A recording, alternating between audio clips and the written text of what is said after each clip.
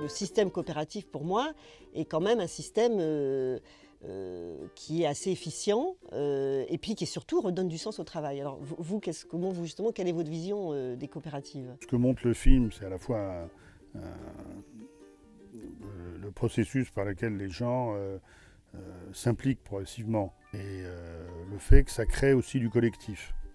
Les gens se mettent à parler de choses dont ils ne se parlaient pas forcément entre eux.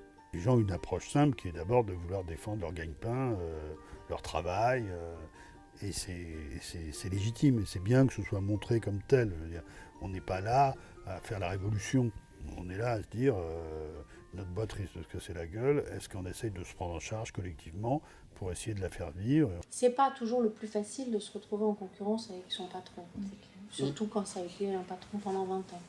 Donc, est-ce que vous avez réfléchi à cette question-là? Dans le fantasme, quand on regarde la coopérative, on a souvent l'impression que on est dans une entreprise autogestionnaire où tout le monde est équivalent, puisque c'est vrai qu'à l'Assemblée Générale, c'est une personne, une voix. Mais ce qu'on voit aussi, et on le voit bien dans votre film, c'est que le salarié de base reste un salarié de base. C'est-à-dire qu'il n'a pas forcément les outils intellectuels pour juger de la stratégie, de la viabilité de l'entreprise, des décisions stratégiques qu'il faudra prendre pour en assurer la survie ou la développer.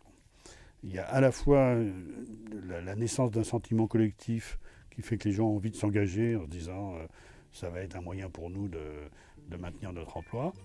Et puis il y en a d'autres qui sont plus au fait des enjeux stratégiques de l'entreprise. Lui, s'il devient associé extérieur, il n'aura pas de salaire. Donc il n'aura pas de bénéfice. Il aura droit aux dividendes par contre. C'est ça, je me rappelais plus là. Voilà. Les SCOP, c'est aussi des structures dans lesquelles il y a des dirigeants. Et selon la nature des SCOP, on a soit de fait une information qui est bonne, un partage, une discussion qui est réelle, mais ça suppose un vrai travail de formation des gens.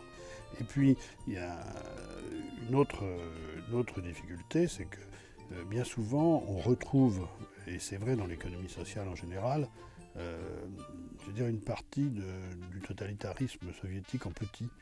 Parce que les gens sont élus, parce qu'il n'y aurait pas de contradiction, parce qu'on est tous sur le même bateau, il n'y aurait plus forcément besoin de faire vivre la démocratie. Je ne banalise pas. Ce que je dis simplement, c'est que à entretenir un rêve, on risque des désillusions très fortes et ensuite de banaliser ce qui est quand même quelque chose de fantastique. Face à la crise dans une coopérative, une entreprise qui est sous forme coopérative, une entreprise normale, a plus de chances quand même de mieux survivre dans la crise. Le fait pour les SCOP de devoir mettre en réserve une partie de leurs résultats est une bonne chose, pour autant qu'elles produisent du résultat. Il y a une certaine résilience effectivement des coopératives en situation de crise, qui n'est pas forcément liée aux réserves, mais qui peut être liée à la capacité des salariés collectivement d'accepter l'idée de se serrer la ceinture pendant un moment difficile, parce qu'ils n'ont pas l'impression qu'ils se serrent la ceinture pour augmenter les profits du patron, mais pour préserver leur emploi. Donc c'est ce qui peut expliquer qu'en situation de crise, les SCOP résistent mieux.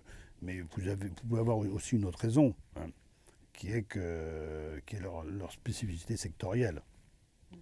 Et de fait, une grande partie des SCOP sont désormais dans le secteur des services et dans des secteurs qui ont été moins touchés par la crise que l'emploi industriel. Voilà, quoi, c'est un peu nous qui décidons oui. non, quoi, hein.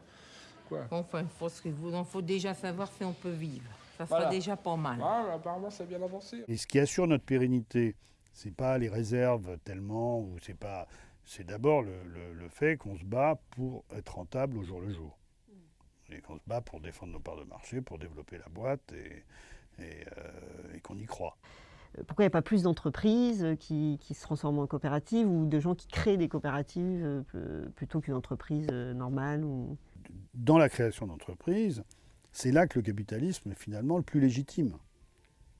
C'est-à-dire celui qui crée une entreprise à partir de rien et qui réussit, ça veut dire qu'il vend des produits et des services que d'autres personnes ont envie d'acheter. Il remplit un rôle social utile. Dans la SCOP, il faut que vous ayez à la fois ce désir, l'idée qu'on ne va pas forcément s'enrichir par son projet, et l'envie de faire ça de manière collective. Moi, personnellement, je ne le vois pas demain devenir égal à ses salariés. Il est patron et on ne redescend pas en bas. Moi, c'est mon point de vue. Hein. S'il se remet dans la SCOP, il sera associé, égal à tout le monde. Ensuite, il y a d'autres facteurs qui jouent, qui sont des facteurs d'accès au capital. Il faut se poser la question de toute cette complexité si on veut faire avancer les choses et développer plus de coopératives. Mais sinon, c'est une expérience fantastique. Moi, je suis très heureux, très fier. Et je pense que c'est une très grosse responsabilité de diriger une entreprise de ce type et d'être à la fois le patron en échappant largement à la solitude du patron.